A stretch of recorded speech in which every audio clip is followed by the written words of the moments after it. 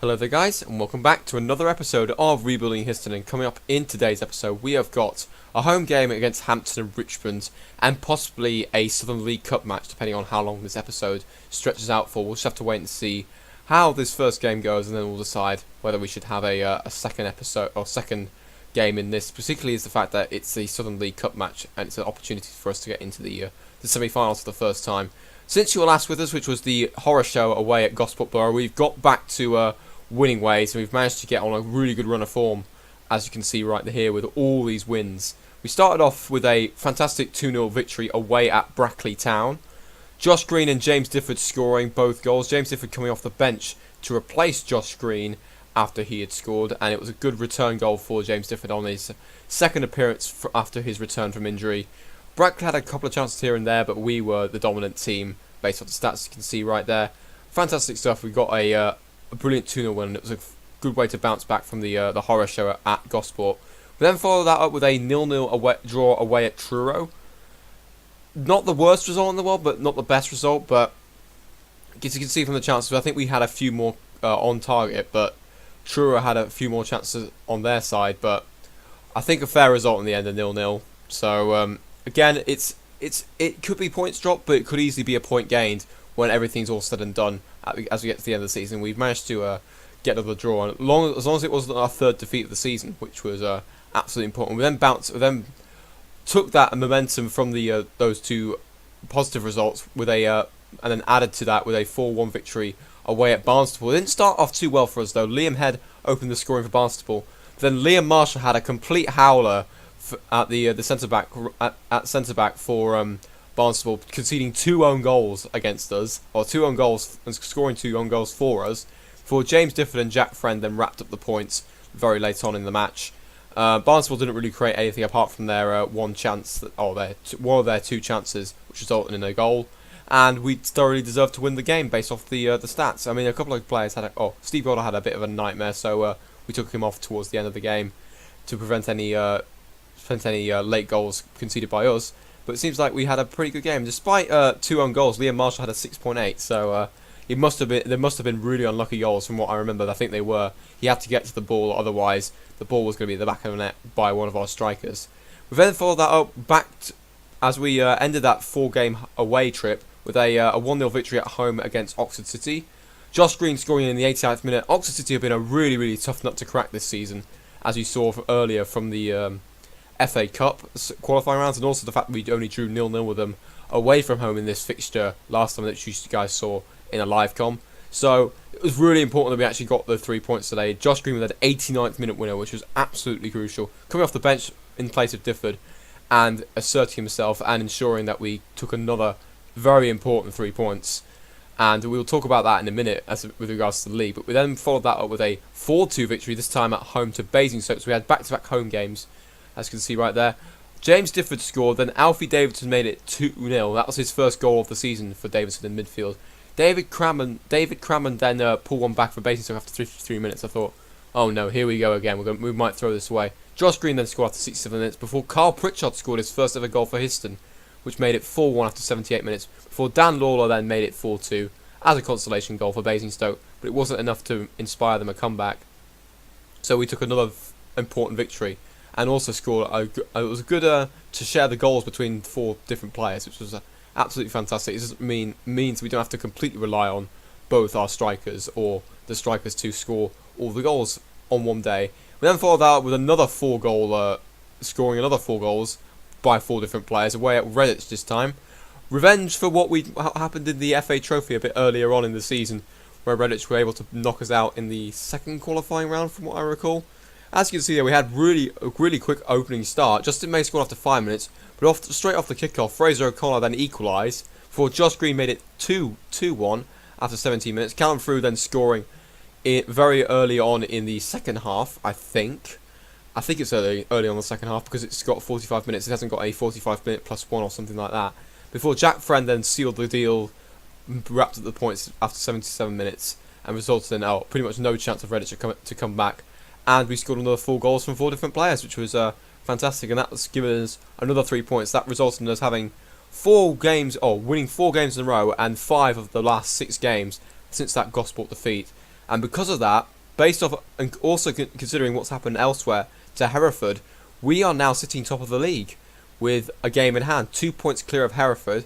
And the reason for that is Hereford actually had a bit of a bad run since they were knocked out of the FA Trophy all the way back in early December. As you can see here, picked up 2 wins in the middle against Taunton and AFC Portchester, draws against Hitchin and Basingstoke, and then they ran into 4 games without a win, including 3 straight defeats against Weymouth, Hampton, Richmond and Worcester before drawing against Ashford Middlesex, or only just getting back to winning ways with a away win against St Neots. But these drop points has resulted in us overtaking them in the league, even though we haven't played our game in hand yet. But let's not get carried away with ourselves. There's still plenty of games to go. 16 games for Hereford to play, 17 games for us. We've just got to keep our momentum going here as we come towards the business end of the season. It's only late January right now, and there's still plenty of football to be played. 17 games for us, so that's 51 points still on the table. I very much doubt we're going to get 51 points, but we'll just have to wait and see on that. And Hereford will keep pushing us. But again, as you can see, they've suffered 5 defeats this season and drawn 6 times, so they are not completely bulletproof. And also, they've had quite a few injuries. As you can see right here, Jake Sinclair, Josh Da Silva, and Stylidit. I don't know how you pronounce this. That guy's name is Zenon. I'm going to call him.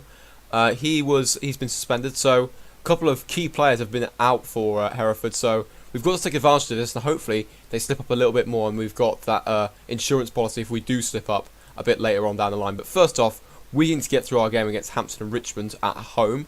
Now, if you guys remember, this was a team that we played a couple of seasons ago in the FA Trophy that knocked us out. And based off the previous meetings, we haven't managed to beat Hampton and Richmond yet. So it's time for a change to change that stat, and let's get our first victory against them.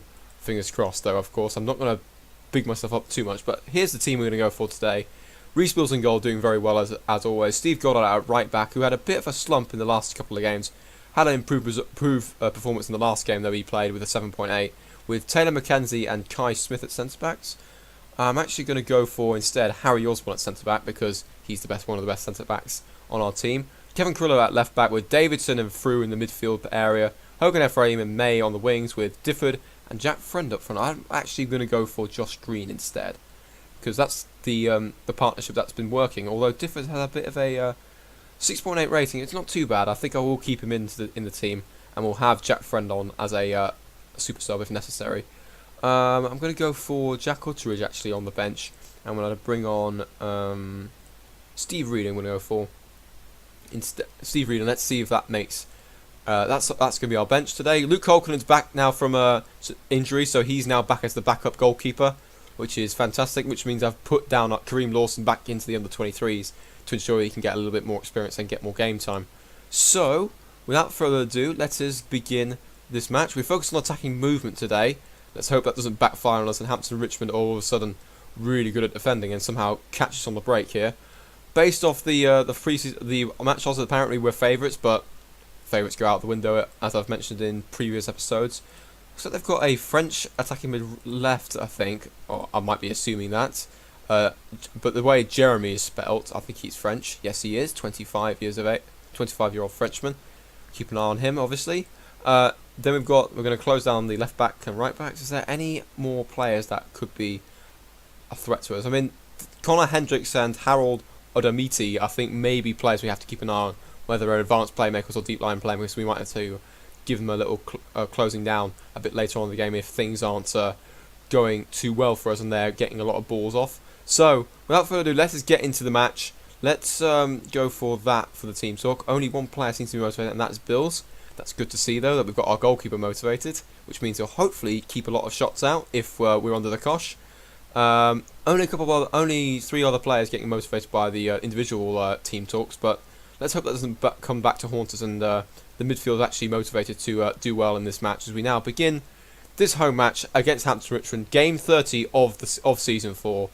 Let's keep pressing at the top of the league here. We want to make sure Hereford don't have any chance of overhauling us. It doesn't look like they're playing today based off the fact that they're still on 30 games right now, so it looks like this could be a game in hand for us, or they're playing the following day or something like that. So we've got a highlight from a free kick for Hampton Richmond. Odamiti up to Bolt, I didn't see what his name was there. Powell's put a ball to Hendricks, and Bills has made a good save already. That's their first shot on target, and has gone down as a clear-cut chance. Not a good start to us for this game. Okay, we're coming up towards half-time now. There's not been any highlights ever since that early chance for Hampton and Richmond, so we haven't really got ourselves into the game here, so we are actually going to be a little bit, we're going to tell them off here, and we need to get some momentum here. As you can see, quite a few players look motivated, which is important. I'm going to go for that, and see if that makes a difference, and I'm going to go for that to the strikers to see if that changes anything. No, unfortunately not, but let's hope these motivated players now will then play a lot better than what we were in the first half. As you can see, Hampton and Richmond dominating the stats right now. The only stat they're not dominating is the possession, where they are currently sitting about 14% behind us, or now 16% behind us. Right, throwing on this left-hand side, thrown by Davidson to Frew, to Green on this left-hand side. A ball has gone into the box. Middleton, unfortunately, though, has put the ball into his own net, and we are now fortunate enough to be 1-0 ahead against Hampton Richmond after being under the cosh very early on in this game. Alright, here's the highlight. Davidson with a simple throw into Frew, who puts the ball to Green, who just drills it in, and it comes off Middleton, who taps it, and it's gone in slow motion past the keeper. It must have been really fast, a wicked deflection off the defender there, and that has resulted in the goal going, the ball going into the back of the net. As we've got a corner here, Ephraim with ball in towards Osborne. He's hit the crossbar, but Mackenzie's there with the rebound. So one centre back assists the other centre back, and Taylor Mackenzie has scored his second goal of the season. That was a goal that we deserved from that. Ephraim with a nice little ball in. Osborne thought he'd score, it hits the crossbar, and Mackenzie, the other centre back, pretty much is there to tap in that rebound. Hendricks, I think, hits it off Mackenzie, so I'm not sure if he intentionally put it in, but Mackenzie was going for that ball, so I'm going to give that goal to him, and that's what the game has also done. Okay, a throw in for Hampton Richmond. Ball through from the left back. Cliverolo makes a nice clearance though. Here's May on this left hand side, who clears it upfield to Middleton, the guy who scored the own goal for us. Atkinson, who's a substitution for Hampton Richmond, but Davidson has gone into the back of Atkinson, and he's going to be sent off. Oh, that's really annoying. I was about to take him off as well as a substitute. I don't know what I'm going to do right now, because I was going to either take off Davidson or Frew as a substitution right now, but Davidson's made that a little bit more frustrating now that he's have been sent off. I'm going to take off Callum Frew and bring on Liam Tomsett. I don't want Callum Frew getting a suspension, because I think he's 1 yellow card away from being suspended again, and he'd be out for 3 games, I think, from the fact that he's already got picked up more than 10 yellow cards this season. I might also bring off Hogan Ephraim as well, because he looks like 71% conditioning at a 6.7 rating. I'm going to do that as well. I'm going to bring on Steve Reed. Maybe we can do something there, but we're not going to go out guns blazing unless we somehow fall behind, or somehow Hampton and Richmond come back into this game. We've got to make sure we can hold on to this 2-goal cushion now. We're down to 10 men. Right, Josh Green's conditioning has dropped considerably. I think it's because he picked up a knock or something. So I'm going to take him off as well, and I'm going to bring on Jack Friend for the last 20 minutes or so. Goal kick from Bills, ball up towards Jack Friend. Middleton's there to head it away though. Here's Tom's out on this midfield to May, who might have picked out Carrillo, but it's cleared away by Hampton Richmond. Here's Osborne. Don't lose it, please. And here's Tomzett. Ball towards May, though. Nice, clever ball there. He might drill the cross in, but it's blocked away, and Balmy will now clear it for Hampton Richmond up towards Powell, who might get past. Oh, he tried to pass to Atkinson. Tomzett then gives it away to the left back for Hampton Richmond. Ball towards Atkinson, the substitute here, and he's taking a shot. I think it came off the Bills, but I'm not 100% sure. But that hit the post, and that has gone down as the second clear-cut chance that Hampton Richmond have had. We are mugging them off based off the stats here. 7 shots, 5 on target compared to their 9 shots and 6 on target. We've had no clear-cut chances apparently, even though I would say that our corner counts as a clear-cut chance. But yeah, one of those things, I guess. The fact that we've kind of ripped them off a little bit, and the fact is we're now going to finally end a curse against one of our the teams that seems to have had our number the last couple of years, ever since we played them in the FA Trophy. Haven't managed to win against Hampton Richmond so far, but it looks like we're going to be able to do so. As God takes a throw in, and that's the end of the game. A 2-0 victory, despite having 10 men for the majority of the second half. It's a good result. Good result. I'm very happy with that. And also a clean sheet, which is important. I'm also going to speak to Alfie Davidson and say, I'm disappointed that you got sent off. Let's see if that makes a difference. Looks motivated and inspired. So maybe he might hopefully finally learn from his mistakes and stop getting sent off here. He loves his yellow cards and he loves his red cards. I guess it's just one of those things where I have to deal with that. And then up next we actually have our Southern League Cup match, but it's quite a way in terms of the calendar, which is interesting considering the Southern League Cup semi-final draw is a week away in game time. You said a week's time. Davis has now been banned for 2 matches, so I'm actually going to give him a fine because of the fact that he's out for pretty much a week and a half, and I'm paying him to do absolutely nothing.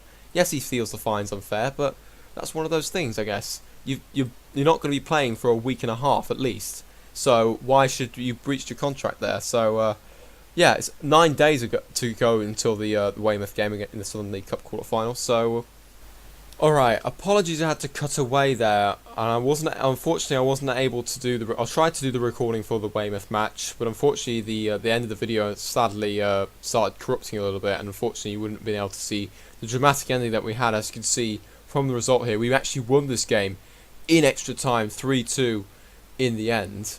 We're actually going to show you what happened for all the goals actually. They actually had a couple of injuries on Weymouth's side. As you can see, based on the stats though, Weymouth fully deserved to win this game. They had 22 shots, 11 on target. We had more shots on target compared to them, but they had 5 clear-cut chances and we only had 2. And the only 2 that came to us was this penalty that we had for Jack Friend and Justin May at the end after 107 minutes.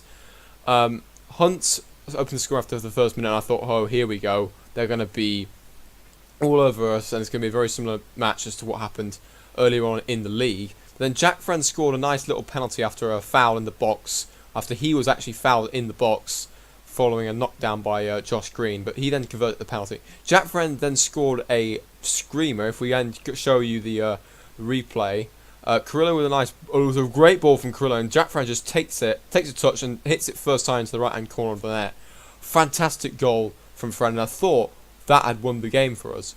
But unfortunately though, Francis Baptiste had other ideas. As only 2 minutes later, Meekums with a nice ball to Baptiste, plays a 1-2 with Hunt, and Baptiste hits it first time into the right hand corner of the net, and that results in the match going into extra time.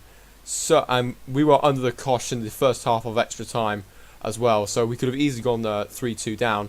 But then Justin May popped up in the 107th minute following a free kick from Frew, clear, and a ball in from Osborne. May's there at the back post to head it in, and that proved to be the winning goal of the game. As you can see on the left hand side, on the right hand side of the stats there, 5 clear cut chances in total for Weymouth, so they really deserved to win this game. Also, it was quite tough for them because they picked up 2 injuries in the end. As you can see, to both strikers, Dion Moore, who's out for 5 to 6 weeks, and Jack Hunt, who scored against us.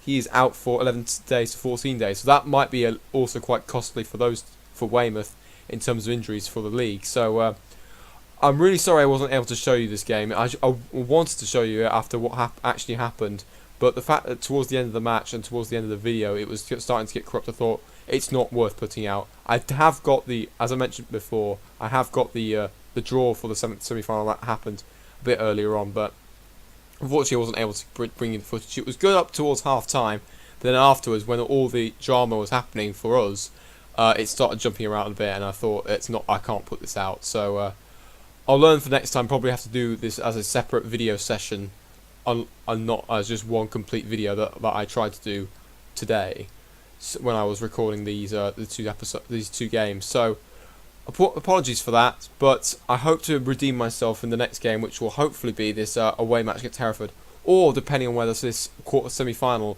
is played after we've now reached the semi-finals for the first time in the League Cup. Hopefully it's around this sort of Hereford game, so then we can then do another double live come and redeem myself from that. And if we somehow get through the semi-final, we could be in with a shot at the final, and would be absolutely fantastic if we had an opportunity to win some more silverware alongside possibly getting promoted this season. So I hope you guys enjoyed today's episode, despite it being slightly cut short because of the recording issues. But apologies. I'll say that again. If you did enjoy this video, please leave a like, comment, subscribe. Also comment to see if there's any feedback that you can give to improve the overall series. That's the word I was looking for. yeah, but then until then, I will see you guys for the next episode, which at the moment will be the Hereford game and possibly a semi-final match, but it just depends on where that fixture ends up in for the Southern League Cup semi-final. So until then, guys, I will see you later.